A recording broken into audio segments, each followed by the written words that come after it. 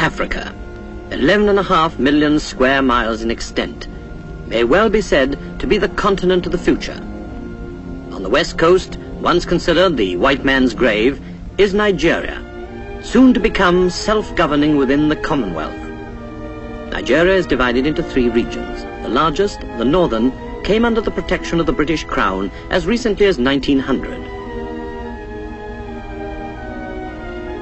It is a land old in history, where, as one might expect, the old ways die hard. Once camel trains left for the long trek across the Sahara to the Mediterranean. Today they bring goods of many kinds to the markets of Nigeria. An African market is more than just a place for buying and selling. It is the center of the community. Here people come to meet their friends, to be entertained, and to bargain for the necessities and luxuries of life.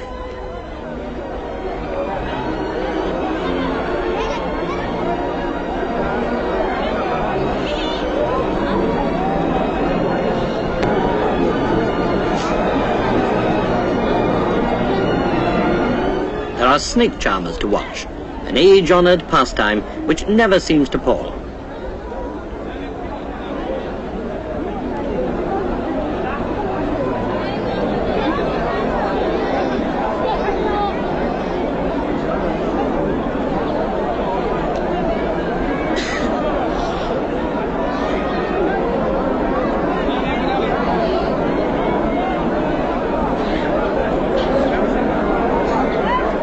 In these markets, the products of the old native hand industries are very much in evidence. Ornamental glasswork from Bida, for instance, is prized by the ladies for its fragile beauty.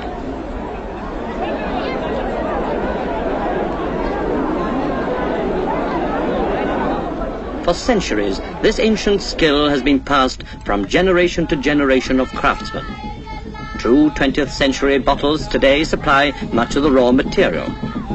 But it in no way detracts from the quality which lies hidden in the loving care of those who all their lives have tended the fires and wrought with infinite patience the red-hot fragments of glass.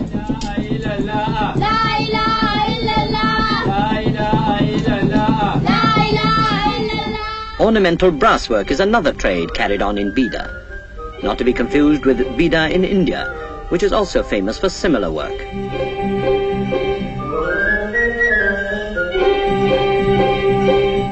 The reconciling of modern production methods with the older skills is one of the problems which is being solved by the northern region's government.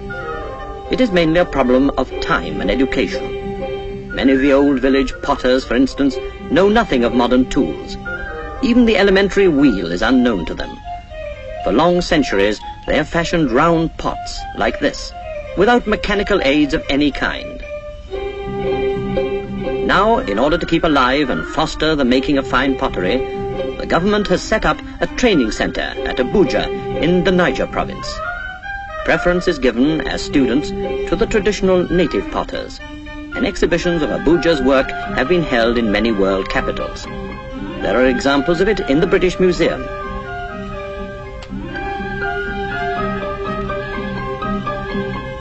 Now history again. This time in the dye pits of Kano, still used as they have been for centuries to produce the same color, a blue which has become almost a trademark of Africa. Many long lifetimes have been spent in dipping and re-dipping the material until the color becomes a part of it. Weaving is perhaps one of the most worldwide of cottage industries. As in other lands, every effort must be made to prevent it dying out completely, else the art of craftsmanship will soon be lost. But in a growing country, the older methods must give place to new ones. And here in Kaduna, a big new textile mill is in production. Established by the Northern Region Development Corporation, together with a famous British firm, the workers are nearly all Nigerian. Modern industry and modern methods come easily to them. There is a great canvas and rubber shoe factory in Kano.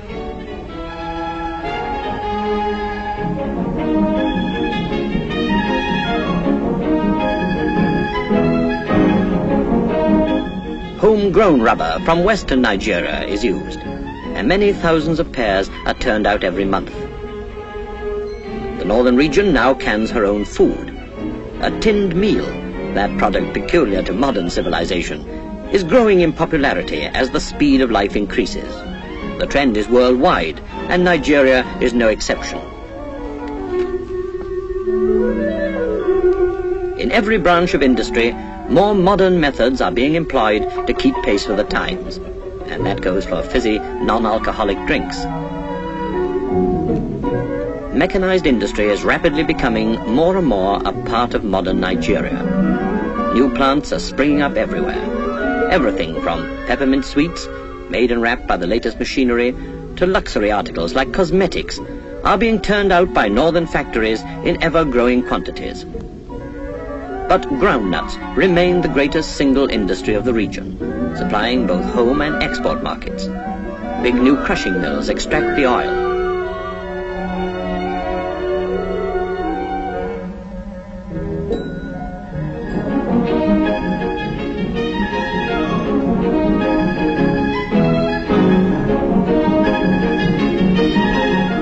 The residue is used as cattle food, and most of it is exported to Britain. Groundnuts have been exported ever since the railway reached Kano in 1912. And nowadays, over 27 million pounds worth go abroad annually.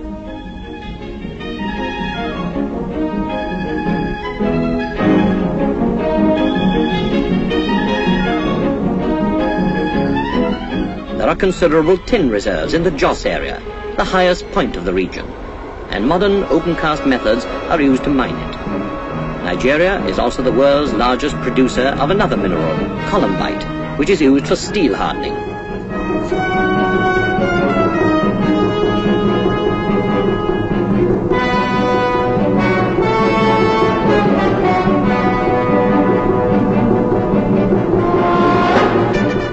Afterwards, as in British open-cast sites, the soil is put back and the land returned to agriculture. For agriculture is still the main occupation of the region's 18 million people, 2/3 of which depend on groundnut cultivation for their living. Other crops are grown on a smaller scale. Yams, for instance, are mainly for home consumption. Nowadays, great efforts are being made to increase the yield of rice. Cotton is another of the northern region's most profitable exports. But it's perhaps in the vast cattle areas that we can best see the old way of life, particularly that of the Fulani tribe, the traditional herdsmen of the north. Even in so ancient a pursuit, the administration has had to take a hand. Cattle diseases of many kinds are very prevalent, and a careful control of movement and preventative medicine are necessary if they are to be stamped out altogether. Control posts have been set up, and an inoculation service is readily available. Trypanosomiasis, or sleeping sickness, is the biggest destroyer of herds.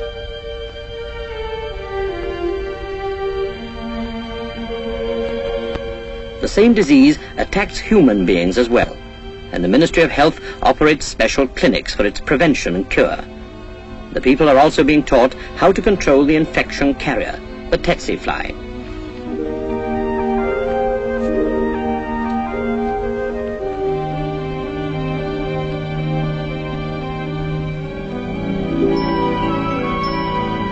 Another scourge is age-old, leprosy. Today, nobody need die of leprosy if treatment begins early enough. Educating people to consider it just another illness and the setting up of clinics like this are being given maximum priority. Care is being taken to ensure a skilled staff for this ever-growing health service. There are training hospitals in Kano, Zaria, Jos, Katsina, and Makurdi, where nurses-to-be get practical experience in the operating theatres and wards.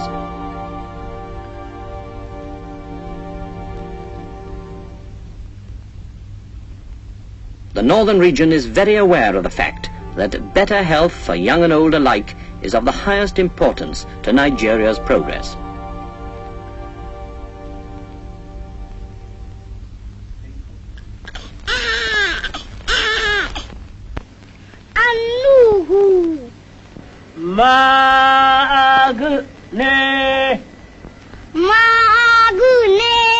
Education, too, is without doubt one of the keys to Nigeria's future. Here children are learning the principles of the Muslim religion in a typical Quranic school. The older children now learn their alphabet in primary schools. Already there are some 2,000 of them, catering for over 185,000 pupils.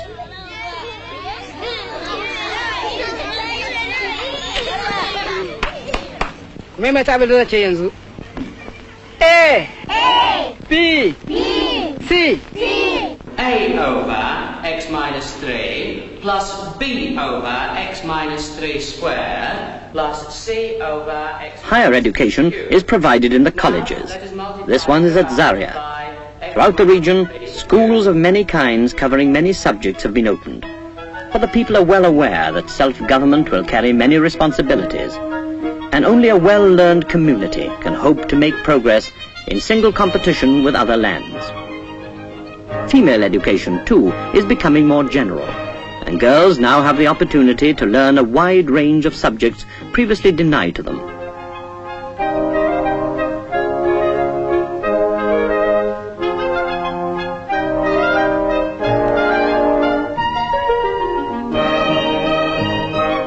Science is no longer the prerogative of men, for girls as well will be needed as technicians.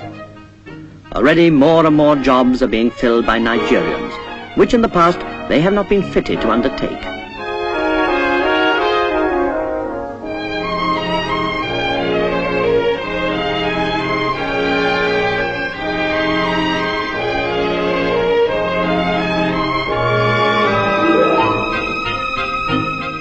Science, as applied to agriculture, is taught in the secondary schools. To train personnel for all levels of local government, there is an Institute of Administration. Part of the course is the holding of mock meetings for district and village councils, conducted, of course, in the Hausa language.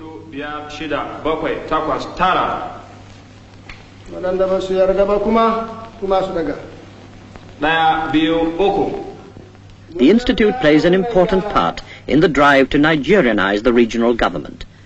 At present, the Executive Council governs the region. Here in Lugard Hall, Kaduna, a meeting is in progress, presided over by the governor and attended by the Premier and Cabinet. Why is this legislation necessary when we already have two similar legislation, one of which was enacted this year? Perhaps you'd care to explain that point, Premier. Yes, sir. The Northern Regional Government does not raise loan directly other than from the Northern Regional Marketing Board.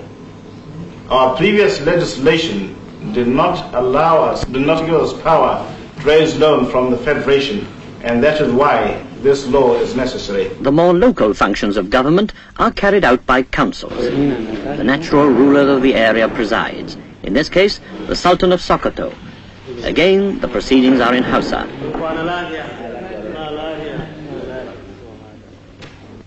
As in Britain, the system is one of decentralization, with the various levels corresponding to the county, borough, town and parish councils, each with its own responsibility for various aspects of the administration.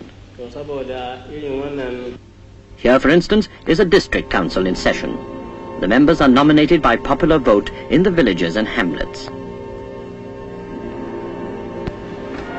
Fine mosques bear witness to the devout faith of the majority. Unlike the other regions, the population of the north is predominantly Muslim, but complete religious toleration is enjoyed. Anyone may worship as their conscience guides and in the place of their choice. There are many Christians and many churches.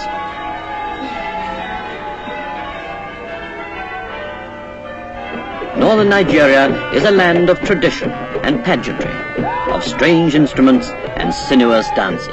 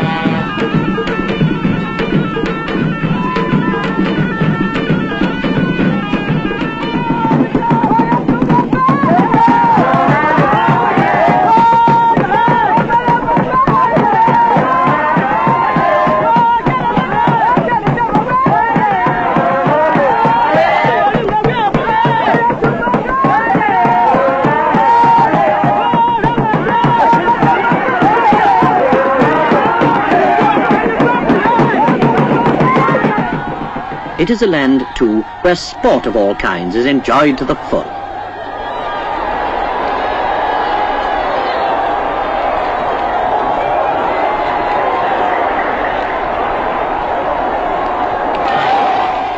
To Western eyes, perhaps the rule seems strange, but it's all part of the fun in Nigeria.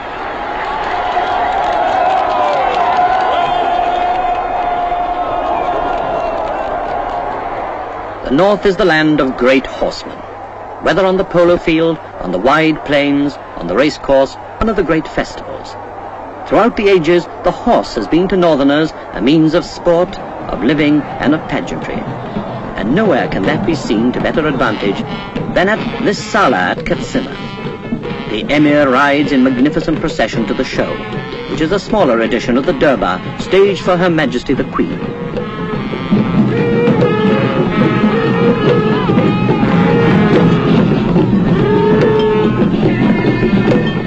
The climax is always the Jahi, the charge.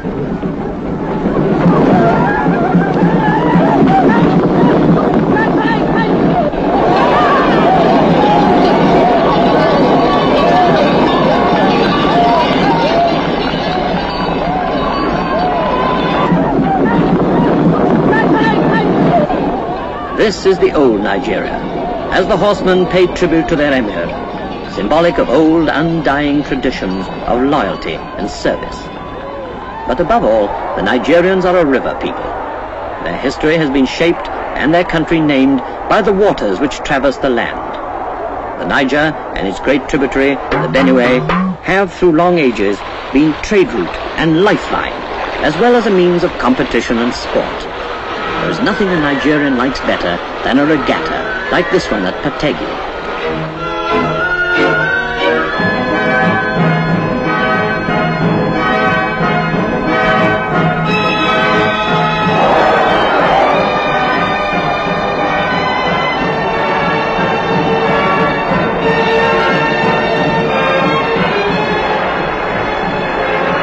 Pageantry, too, has its place in river life.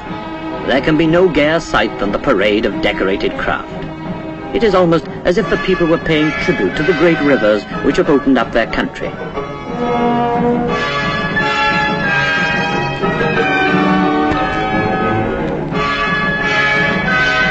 It's to youth that the future belongs. For all her long historic past, Nigeria is a young country, growing, even as a child grows towards maturity, to full nationhood within the British Commonwealth. Modern skills and modern thought are playing an increasing part in life, and the foundations have been well laid by other, older hands. The people of northern Nigeria face the future with confidence, knowing that with the natural resources of their land and by their own efforts, they can justify the proud title of Giant in the Sun.